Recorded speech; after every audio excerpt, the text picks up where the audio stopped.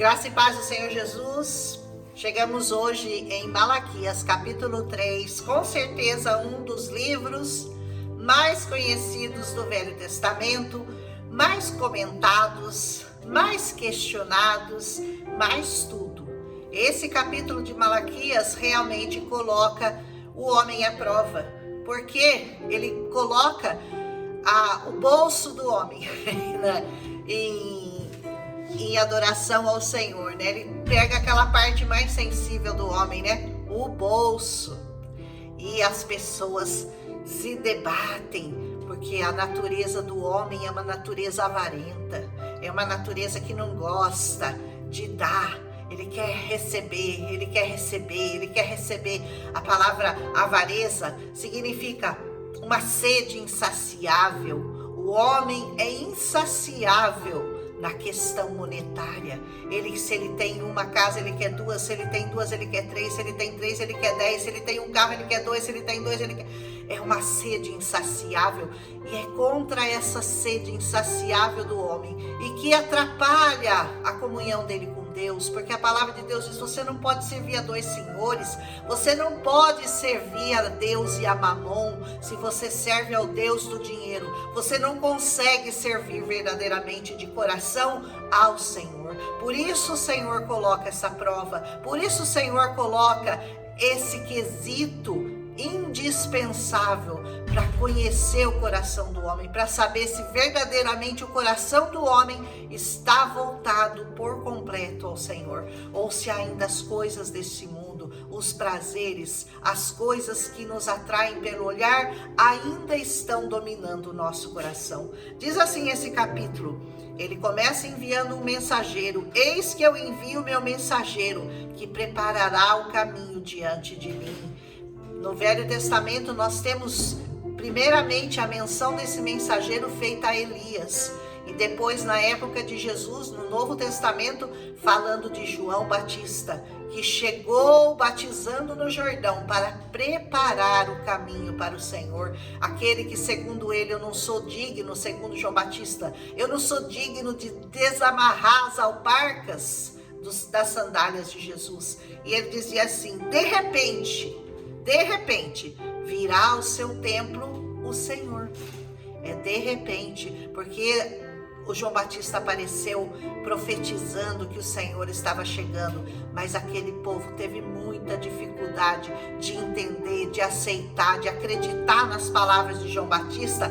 Preferiram cortar a cabeça dele do que acreditar que verdadeiramente o que ele falava estava acontecendo diante dos olhos dele. O Senhor, o Salvador, tinha chegado naquela terra para trazer a paz, para trazer a bênção, para trazer a libertação. Mas eles entendiam que era a libertação de Israel, mas na verdade era uma libertação muito maior, era uma libertação espiritual, era a libertação de todas as coisas que nos consomem neste mundo, era uma libertação espiritual. Ele diz assim: a quem vós buscais, sabe esse Senhor a quem vocês estão buscando? Ele virá de repente. E João Batista era esse mensageiro que anunciava que o Senhor tinha chegado. E o mensageiro da aliança, ele diz: a quem vós desejais. Sabe esse que vocês desejam, que vocês buscam? Ele está chegando, ele está no meio de vocês. Eis que ele vem, diz o Senhor dos Exércitos. Isso aqui foi profetizado 400 anos antes do Senhor Jesus chegar, antes de João Batista começar a batizar no Rio Jordão. Mas ele diz: quem vai suportar o dia da sua vinda? Quem vai acreditar, né? E quem subsistirá quando ele aparecer? Quem vai suportar o aparecimento dele? Porque ele virá com palavras que fazem o homem mudar de rumo, que fazem o homem mudar de direção, e nem sempre o coração do homem está propenso a fazer essa mudança, a dar essa guinada na sua vida. Ele diz: porque ele será como fogo do ourives, ele vai purificar o seu coração, fogo do ourives, e como o sabão dos lavandeiros, ele vai lavar a sua alma, ele vai lavar o seu espírito, ele vai ser como aquele sabão que limpa, e o ouro como o fogo do ourives que purifica que purifica o ouro. Aleluia! E assentar-se-á, ele diz, como um fundidor, como um purificador de prata, e purificará os filhos de Levi e os refinará como ouro e como prata. Então, ao Senhor trarão ofertas de justiça. Quem vai trazer essas ofertas de justiça ao Senhor?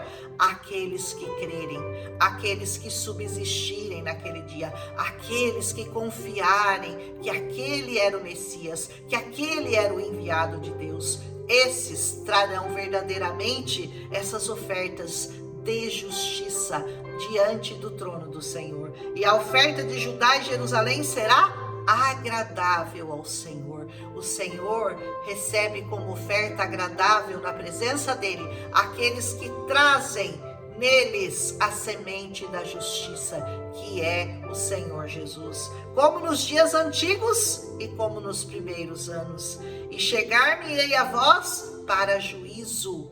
Chegar-me-ei a vós para juízo. O Senhor veio trazer justiça e juízo para essa terra, justiça e juízo, para aqueles que creem, salvação, para aqueles que não creem, condenação. E eu serei uma testemunha veloz, vai ser rápido, contra os feiticeiros, contra os adúlteros, contra aqueles que juram falsamente, contra os que defraudam o diarista, aqueles que oprimem ao pobre, aqueles que roubam, que pegam um tipo de um trabalho escravo, né, em seu salário, contra aqueles que defraudam a viúva, o órfão, que pervertem o direito do estrangeiro e não me temem, diz o Senhor dos Exércitos, porque eu, o Senhor, eu não mudo.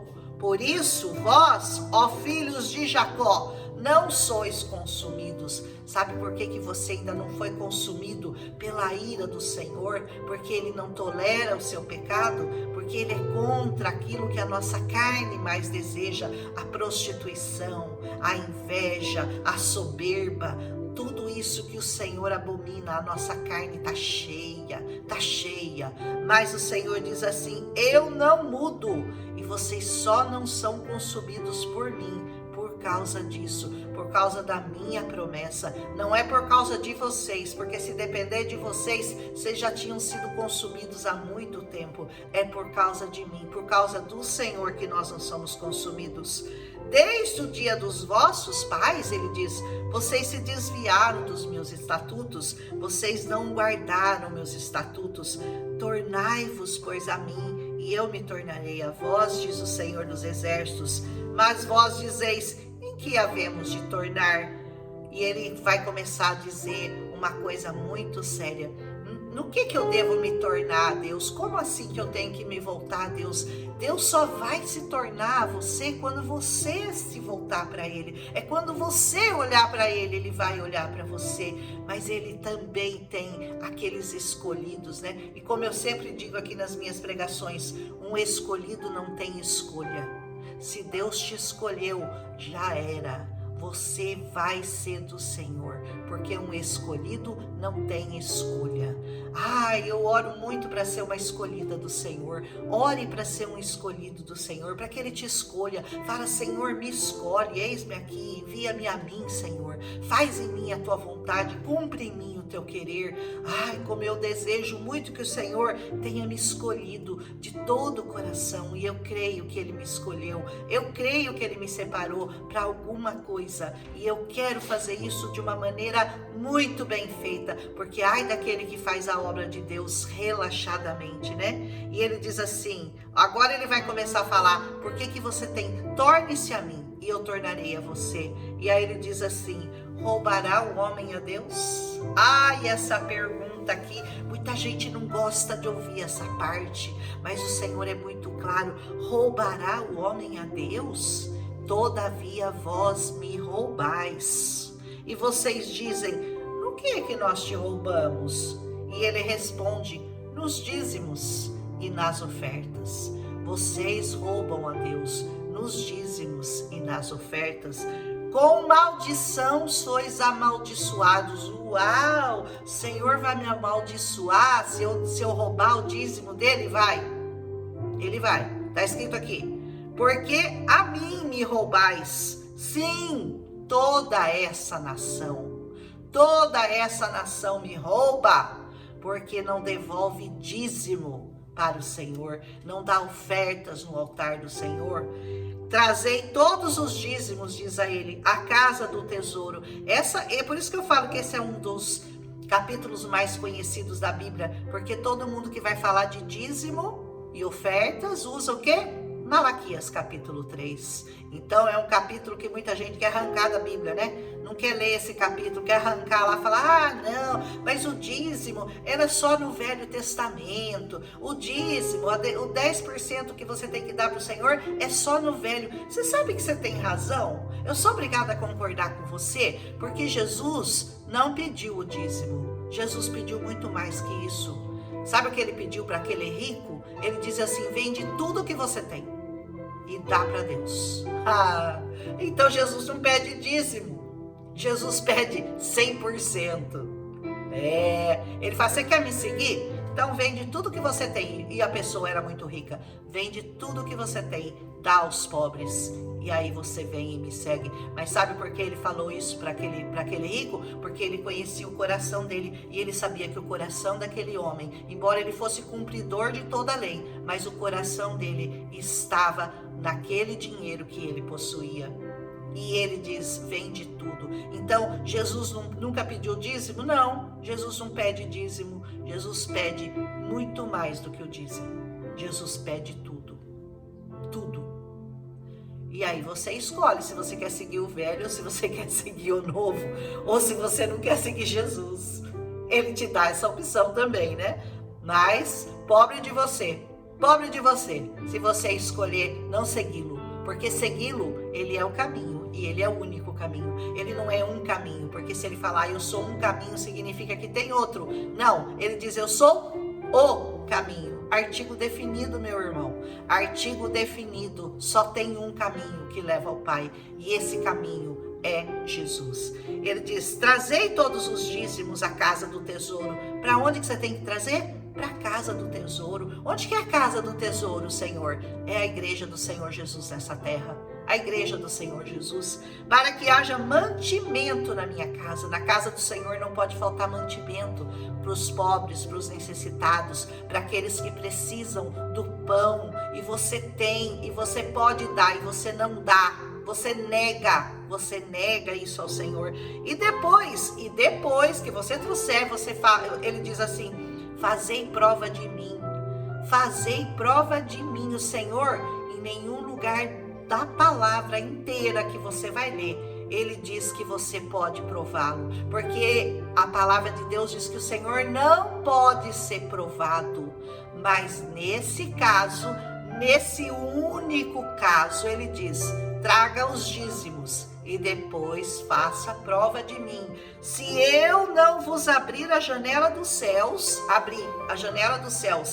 e derramar sobre vocês, ele vai despejar uma unção, uma bênção tal, para que não haja lugar suficiente para você recolher tudo que você vai receber. Faça a prova. O Senhor está dizendo, Ele está te desafiando hoje. Faça a prova de Deus. Leve os dízimos e as ofertas à casa do Senhor e depois faça a prova dele. Se Ele não abrir a janela dos céus e não derramar sobre você bênçãos tantas que você não vai ter lugar para armazenar. As suas vasilhas vão acabar. Sabe como a vasilha daquela viúva que começaram a trazer óleo, e ela fala, traz mais vasilha, traz mais vasilha, traz mais vasilha. Acabou a vasilha, não tinha mais lugar para pôr tanto óleo, tanto azeite, porque o azeite se multiplicava, se multiplicava, se multiplicava. E assim é o Senhor na sua vida. Ele vai multiplicar tanto, tanto, tanto, tanto. E quando eu falo em multiplicação, eu não estou falando de dinheiro, eu estou falando multiplicação em todas as áreas da sua vida, na área espiritual, na área emocional, na área sentimental, na área de relacionamento com as pessoas. Deus vai multiplicar a bênção sobre a sua vida. Sabe essa coisa que você sente, essa angústia, essa tristeza, essa opressão, essa depressão, coisa que está na moda isso tudo vai acabar. E vai vir uma paz sobre a sua vida, vai vir uma abundância tão grande de bênção que você não vai saber de onde que ela tá chegando no seu coração. Você levanta, você tá feliz, você vai almoçar, você tá feliz, você vai dormir, você tá feliz. A paz que invade a sua alma, que não tem preço, é dessa que o Senhor está falando. Bênçãos abundantes, Ele vai abrir a janela dos céus, mas você tem que fazer a sua parte. Dízimos e ofertas na casa do Senhor. E ofertas ele não diz quanto é, hein? O dízimo é o mínimo, né? 10%. Mas as ofertas pode trazer quanto você quiser. Quanto mais você dá, é o único lugar, é a única coisa que nessa terra que funciona assim. Quanto mais você tira, mais você acrescenta.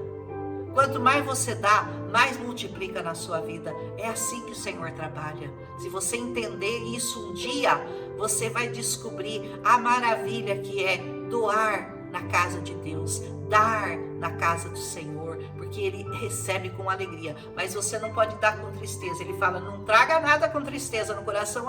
Eu vou ter que dar meus 10%. Se você trouxer dessa forma, nem traga, porque o Senhor não vai receber. Então é melhor se guardar no seu bolso mesmo. Mas se você traz com alegria, sabendo que aquele que está te pedindo é poderoso para multiplicar isso na sua vida, aí realmente você entendeu esse evangelho aqui que o Senhor está te pregando. Por causa disso, ele fala, por causa de vocês, eu vou repreender o devorador. Sabe como que o devorador chega na sua vida? O devorador chega na sua vida em forma de doença, em forma de acidente, em forma de tragédia familiar. Ele vem e leva todo o seu dinheiro, leva tudo aquilo que você ficou a vida inteira amontoando, ajuntando nos seus tesouros. O devorador vem em nhaque, porque ele é rápido e ele vem de uma hora para outra. Ele chega e estraga tudo que você ajuntou na sua vida, quando não leva a sua vida. E aí você não tem nada para dar para o Senhor, como aquele tolo, né? Que ficou ajuntando no celeiro. E a hora que ele olhou para o celeiro, falou, nossa, agora eu tô rico, agora eu tenho para gerações. E o Senhor olha para ele e fala, bobinho, seu tolo, essa noite eu vou levar você, a sua alma. E o que você vai trazer para mim? Porque o que você pode levar para o Senhor? Almas. E você tem almas para oferecer para o Senhor? Você trouxe almas para o Senhor? Porque é a única coisa que vai importar no reino dos céus. Todo o seu dinheiro, lá não tem gado, lá não tem ouro, não tem nada que vale. O que vale lá são almas. Quantas você vai levar para o Senhor? Começa a fazer essa conta aí. Ele não destruirá os frutos da vossa terra. A vossa vide no campo não será estéril, diz o Senhor. E todas as nações da terra vão te chamar bem-aventurados, porque você será uma terra deleitosa, diz o Senhor dos exércitos. Sabe aquela terra? O deleite que o Senhor nos dá, ninguém te dá. Dinheiro nenhum desse mundo te dá. As vossas palavras foram agressivas para mim, viu? O Senhor diz. Mas vocês dizem, o que nós temos falado contra você? O que nós temos falado contra ti, Senhor? Vós tendes dito, diz o Senhor. Vocês dizem, inútil é servir a Deus. O que vale? Eu vou na igreja 4 vezes por semana, 5 vezes por semana, eu oro, eu louvo, eu jejuo, eu levo minhas ofertas, meus dízimos, mas eu penso, inútil é servir a Deus. Que nos aproveita nós temos cuidado em guardar os seus preceitos, em andar de luto diante do Senhor dos Exércitos? Por quê? Porque nós acreditamos que são bem-aventurados os soberbos. Também aqueles que cometem impiedade, eles são edificados. Sim, eles tentam a Deus e eles escapam. Você olha para aquele cara todo endinheirado, com carrão, com casão, com uma mulher bonita, e você fala, nossa, ele nem serve a Deus e ele tem tudo isso. E eu tô aqui, ralando, servindo ao Senhor, indo na igreja, pagando meu dízimo, com suor, com sacrifício, e parece que não adianta servir ao Senhor, é inútil. Então olha a resposta que o Senhor vai te dar hoje, presta atenção. Então aqueles que temeram ao Senhor falaram frequentemente um ao outro, e o Senhor ouviu e ele atentou, hein? E um memorial, sabe o que é um memorial? Um negócio bem grande, um cartazão assim, um outdoor, foi escrito diante dele, para aqueles que temeram ao Senhor e para os que lembraram do nome dele. Sabe que tem um memorial escrito para você, pelo Senhor, no seu nome, para você que o temeu e que andou nos caminhos dele, tem um memorial escrito para você. e eles serão meus, diz o Senhor. Olha a recompensa daqueles que amam o Senhor. Eles serão meus, diz o Senhor, naquele dia. Ai, aquele grande dia do Senhor que nós já falamos várias vezes aqui. Serão para mim como joias. Eu vou poupá-los, como um homem poupa ao seu filho que o serve. Aleluia. Se você estiver dentro dessa bênção aqui, você jamais vai pensar inútil é servir a Deus. Então você vai voltar e você vai ver a diferença entre o justo e o ímpio, entre o que serve a Deus e o que não serve. Você quer ver essa diferença acontecer na sua vida? Uma vez eu recebi essa palavra do Senhor. Eu estava começando ainda no Evangelho, 36 anos atrás, engatinhando, como aquela criancinha que dá os primeiros passos. E quando eu estava começando a servir ao Senhor, no dia do meu batismo, o meu carro foi roubado. Quando eu saí da porta da igreja, cadê meu carro? Eu não tinha seguro, eu não tinha dinheiro para comprar outro carro, eu precisava daquele carro para trabalhar. E eu pensei, Senhor, o que aconteceu? E uma pessoa que me conhecia falou assim, cadê esse seu Deus? Cadê esse seu Deus? Você não falou que ele era bom? Você não falou que ele ia cuidar de você? E o que aconteceu com o seu carro? Eu perdi aquele carro, mas o Senhor me deu muitos carros melhores do que aquele. E eu digo, sem medo de errar, vale a pena servir ao Senhor. Ainda um tempo, e o Senhor me deu essa palavra naquele dia que me perguntaram, eu fiquei sem resposta, porque eu era muito inocente ainda no Evangelho, eu já teria dado essa resposta de cara, mas eu não sabia. Depois o Senhor me deu essa resposta aqui em Malaquias, ainda um tempo, e você vai ver a diferença entre o que serve a Deus e o que não serve. Aguarde no Senhor e você verá essa diferença na sua vida também, porque vale a pena. Nada nessa vida vale a pena mais do que servir ao Senhor. Amém? Um abraço e até amanhã. Nem estou acreditando, amanhã último capítulo, Malaquias capítulo 4. Eu estou muito feliz. Hoje nós atingimos uma marca recorde, 15 mil visualizações. 15 mil visualizações no meu Facebook, aliás, no meu YouTube, nesse meu canal aqui, onde eu prego a palavra. Isso é muito bom, saber que eu tenho falado com tantas pessoas, né, que querem entender um pouco mais essa palavra, que talvez tenha começado agora, como quando eu comecei há 36 anos atrás, e sem entender muito, e eu posso te ajudar um pouco a entender essa palavra tão maravilhosa. Ela é clara, ela é cristalina, mas se ela não for revelada para você no seu coração, você nunca vai poder entendê-la. Então eu posso te ajudar, mas é o Senhor, é só Ele que vai completar isso na sua vida. Busque-o e você vai ver a diferença entre o servir e o não servir ao Senhor. Amém? Um abraço e até amanhã no último capítulo do Velho Testamento, Malaquias 4. Um abraço.